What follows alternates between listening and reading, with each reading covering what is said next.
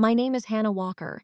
I was 29 years old when my mother bought me a plane ticket with my 6-week-old son and told me it was a rest trip.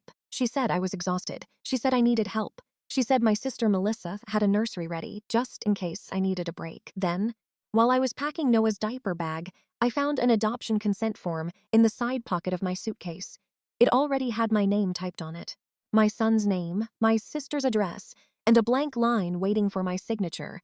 By the time I understood why my mother wanted me on that plane, my sister was already texting, "Please don't make this harder than it has to be." For the first 6 weeks of Noah's life, I barely slept.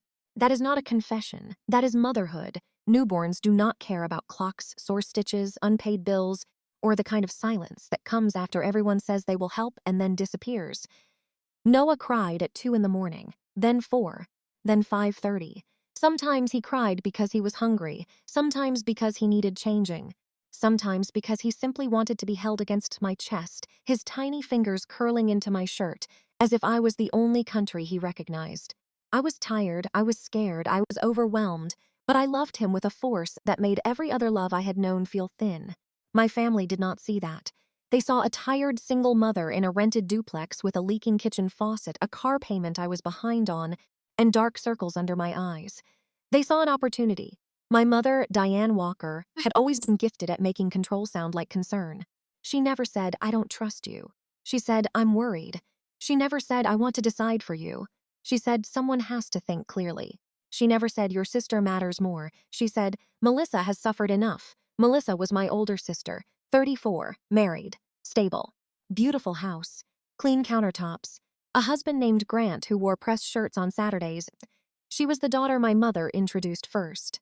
Melissa had a guest room, a fenced yard, a good marriage, a savings account, and the kind of life my mother believed should come with a baby. I had Noah. That was enough for me. It was never enough for them. Melissa and Grant had struggled with infertility for years. I knew that.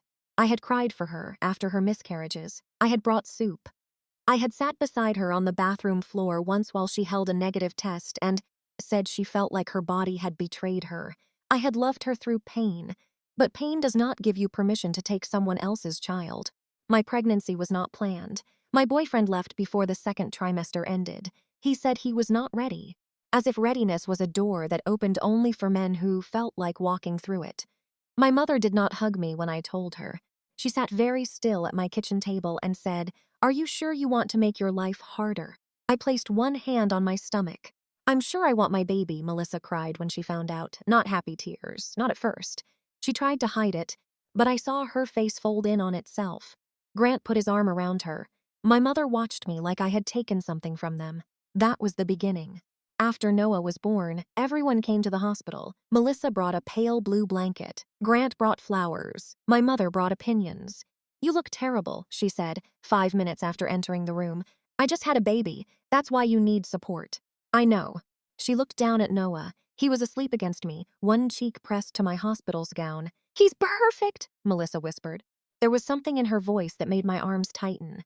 "Yes," I said, "he is." My mother noticed. She always noticed when I held on to something. Over the next few weeks, the help became strange. Melissa offered to keep Noah overnight when he was only 12 days old. I said no. Grant suggested I put him on formula so other people could participate in feeding. I said I would decide with my pediatrician. My mother came over and rearranged Noah's dresser, moving the clothes I used every day into a lower drawer because Melissa said this system works better. I moved them back after she left. The first time I cried in front of my mother, Noah was 3 weeks old. It was nearly midnight. He had been cluster feeding for hours. My incision from an emergency C-section still burned if I moved too fast. My sink was full. My hair smelled like sour milk. I called my mother because I needed someone to sit with me for 1 hour, just one. She arrived, took one look at me and said, "This is what I was afraid of." I wiped my face. "I just need sleep." "No, Hannah, you need to admit this is too much. It's a hard night." "It's more than that." She picked up Noah from his bassinet before asking. I watched her walk him around the room. "You know," she said softly, "Melissa would take him in a heartbeat. Not permanently, necessarily, just until you're stronger." My whole body went cold. "Give him back." "I'm holding him. Give me my son." She looked offended, but she handed him over. "You're too sensitive." "No. You're too comfortable saying things you should be ashamed of." After that, I stopped calling her at night. But I still needed help. That was the part they used. When Noah was 5 weeks old, I had my postpartum checkup at the family clinic where I worked as a receptionist. The clinic was small, 3 doctors, 2 nurses, a pediatric wing with cartoon animals painted on the walls. I knew the forms, the insurance codes, the patient portal, the way consent documents were supposed to look, and the way people rushed signatures when they wanted to hide something in plain sight. Nurse Carla Reyes took my blood pressure.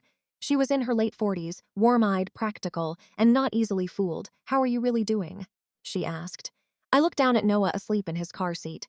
"I'm tired." That's allowed. My mother thinks tired means unfit. Carla's expression changed just slightly. Does she? She keeps saying Melissa could help. Help how? I hesitated. I don't know, too much. Carla set down her pen. Hannah, exhaustion is not failure. If anyone is making you feel like needing support means losing your baby, tell me.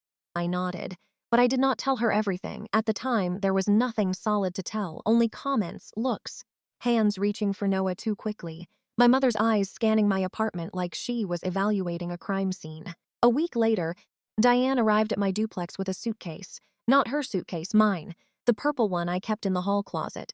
She rolled it into my living room like she owned both the bag and the decision. "What is that?" I asked. She smiled too brightly. "Good news.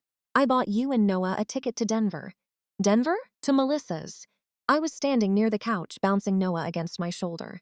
He had finally fallen asleep. "What are you talking about?" "A rest trip." "I didn't ask for a trip. That's why mothers step in." "You are exhausted."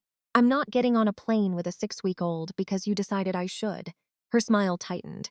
"Don't be ungrateful." "I'm not ungrateful. I'm confused. Melissa has everything ready. A nursery, a schedule, a guest room. She can take night feedings, grant already arranged time off." My stomach tightened. That sounds like more than a visit. It sounds like family. I looked at the suitcase. "Why do you have my suitcase?" "I packed some Ace Basics. You went into my closet?" "I'm your mother. That isn't a key." She sighed and reached for Noah. I stepped back. Her face hardened for 1 second before it softened again. "Hannah, this is exactly what I mean. You're jumpy, defensive, emotional. I'm postpartum. And alone. I'm his mother. No one is saying you aren't, but people always say that right before they act like you are not." I told her I would think about it just to get her out of my house. She left the suitcase. That night, after Noah fell asleep, I opened it. At first, it looked ordinary. 2 nursing tops, pajamas, a pack of diapers, wipes, tiny socks, my travel toiletries. Then I saw the folder. It was tucked under Noah's blanket in the side compartment, the one I almost never used. My name was written on the front. Hannah Walker. My hands went numb before I opened it. Inside were documents, a copy of Noah's birth certificate, a copy of my driver's license, a printed airline itinerary, a medical summary from my postpartum visit, and a form titled Temporary Custody Consent. I stopped breathing.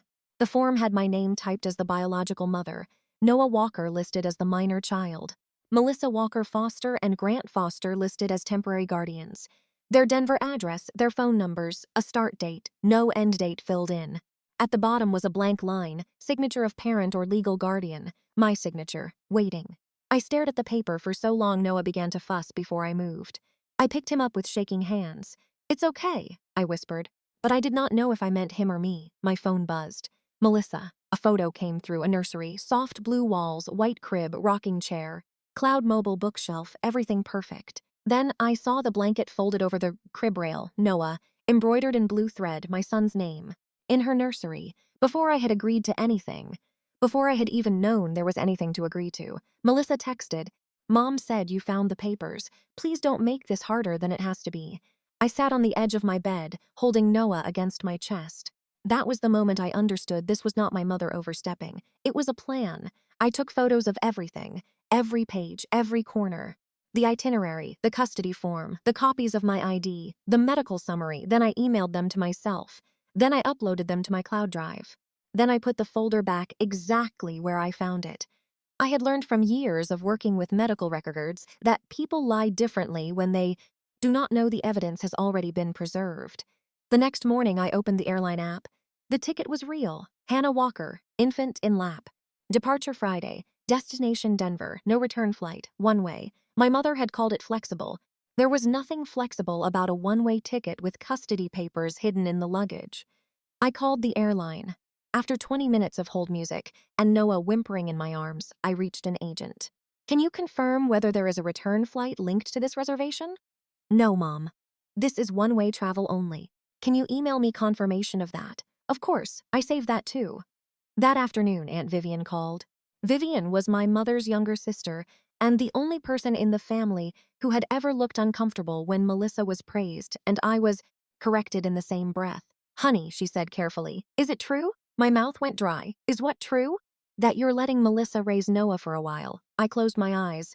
Who told you that? Your mother. When? A few days ago. Before the suitcase. Before I found the papers. Before any conversation with me. Vivian's voice lowered. She said you were doing the mature thing. I looked at Noah, asleep beside me. His tiny lips moved like he was dreaming of milk. No, I said. I am not giving anyone my baby. Vivian was quiet for a long time. Then she said, I thought something was wrong. I recorded my next conversation with my mother. I had never done that before. It felt ugly. Necessary things often do. She came over that evening with a tote bag full of baby items I had not asked. For Melissa found a pediatrician near her house, she said. I turned on the recorder and placed my phone face down on the counter. Noah has a pediatrician. Temporary care requires temporary adjustments. Temporary care? She froze for half a second. I held up the custody form. Were you going to mention this before or after the plane landed? Her face went pale, then angry. You went through the suitcase. My suitcase. I was trying to help. You typed my son's name into a custody form. Because you need rest. I need sleep, not legal displacement. She flinched at the word legal. Good. Hannah, you are making this sound sinister. What should I call it? A safety plan. For who? For Noah. I stepped closer. Was Noah ever coming home with me? She looked away. That was answer enough. Mom, she echoed sharply, you are exhausted. You cry constantly. You call people at all hours. You say, you don't know if you can do this. Because I am 6 weeks postpartum. Because you are not ready. I felt tears rise and forced them down. I asked for help. No, she said. You asked for rescue, but refused to admit what rescue looks like.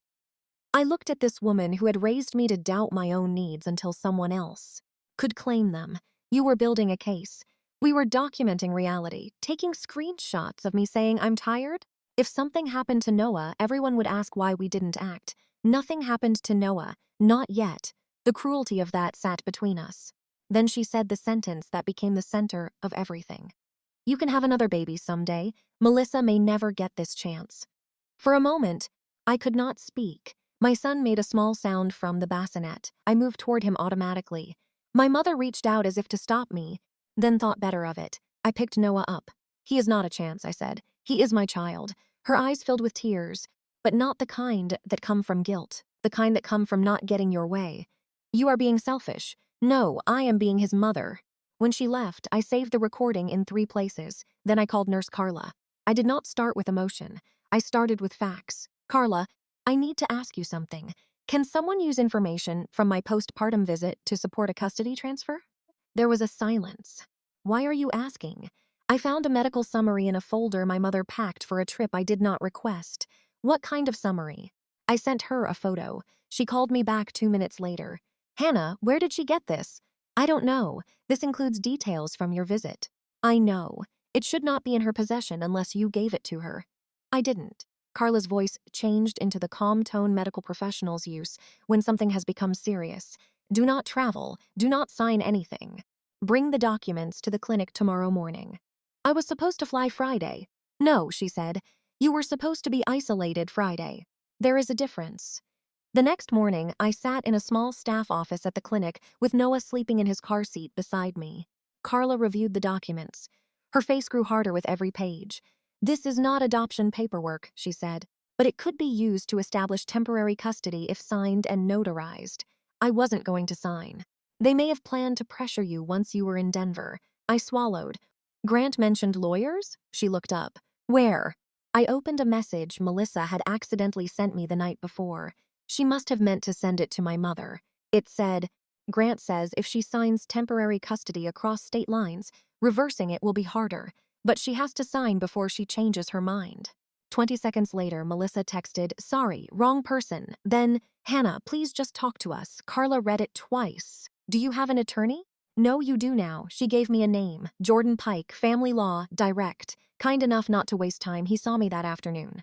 I sat in his office wearing the same jeans I had worn for 2 days, with Noah strapped to my chest. I expected him to judge me. He did not.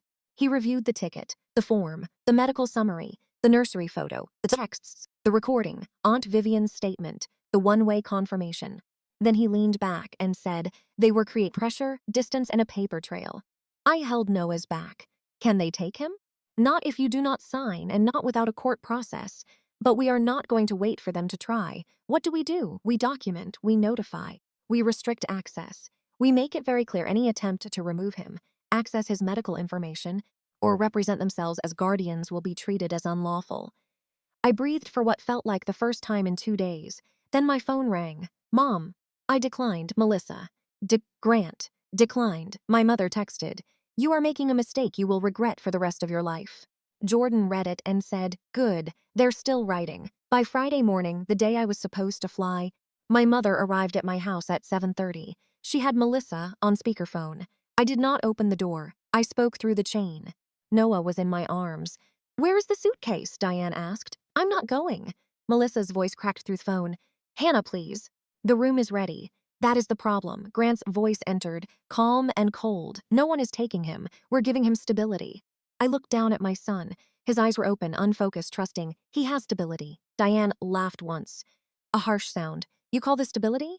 I looked at the peeling paint near the doorframe, the laundry basket behind me, the bottle drying rack by the sink, the life I was building one exhausted hour at a time. Yes, I said. Because he is safe here, my mother's voice lowered. You are tired.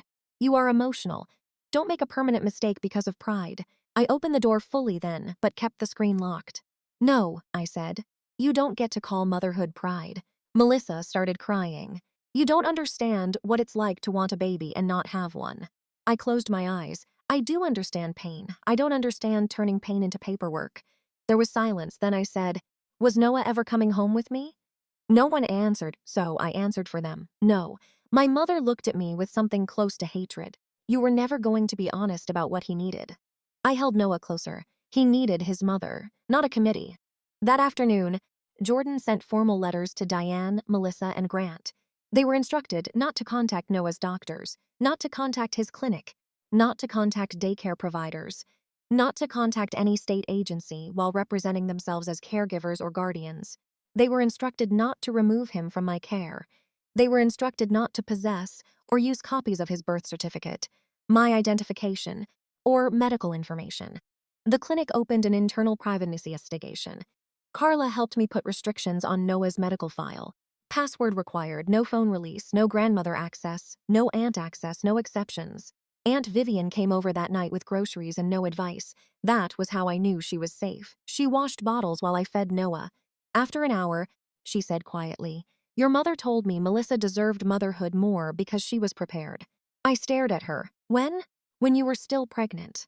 I looked down at Noah, prepared, as if love was a nursery you assembled before the baby arrived, as if motherhood was clean drawers and matching baskets, as if the woman holding the crying child was less real, because her dishes were not done. Vivian dried her hands. I should have told you then. Yes, I said. She nodded. I'm sorry. That apology mattered because it did not ask me to comfort her after receiving it. The weeks after that were hard. My mother told relatives I was unstable. Melissa posted vague quotes online about loathing someone enough to let them go. Grant sent one email through his attorney suggesting I had misunderstood family support. Jordan answered that email with 16 attached exhibits. They stopped using the phrase misunderstanding after that. The clinic confirmed that the medical summary had not been properly released to anyone. My mother admitted, in writing, that she had taken papers from Hannah's counter because they were relevant. Relevant. That was one word for stealing someone's medical information to help take her baby. I changed my locks. I added a camera to my front door. I removed my mother from my emergency contact forms. I blocked Melissa after she sent a photo of the nursery with the caption, he would have had everything here, I almost replied. Instead, I looked around my small living room. The second-hand rocking chair, the laundry pile, the cheap lamp, the blanket on the floor where I did tummy time with Noah. He did have everything here. He had his mother. Eventually, the family split the way families do when truth becomes inconvenient. Some relatives said Diane had gone too far. Some said I should forgive because Melissa was grieving. Some said no one would have actually forced me. Those were the ones I stopped answering. Because people who hide consent forms in suitcases are not waiting for permission. They are waiting for weakness. 3 months later, I joined a support group for single mothers at the community center. I almost did not go. I sat in the parking lot with Noah asleep in his car seat, telling myself I was too tired to meet strangers. Then I remembered what Carla said. Exhaustion is not failure, so I went in. There were 8 women in a circle. One had twins, wore scrubs, one cried because her baby would not latch. One laughed about eating cereal for dinner 4 nights in a row. No one asked why I did not have more help. No one suggested my child would be better off somewhere else. When Noah fussed, the woman beside me handed me a burp cloth without making it a lesson. That was help, simple, unclaimed, not a trap. Later that night, after Noah fell asleep on my chest, I looked at the blocked messages I still had saved for legal reasons. My mother's words, Melissa's nursery, Grant's legal language, the one-way ticket, the blank signature line. I thought about how close they had come, not because they had a right, but because I was tired. And women are often told that tiredness makes them less trustworthy about their own lives. For weeks, my mother told me love meant admitting I was not enough. But love does not arrive with a one-way ticket and a custody form hidden in a suitcase. Love does not use exhaustion as evidence. Love does not call a newborn someone else's chance. My son was not a gift my sister missed. He was not a vacancy in her nursery. He was my child. And the day my mother tried to send me away so someone else could raise him, I finally understood something. Being tired did not make me unfit. It made me human. Protecting him made me his mother.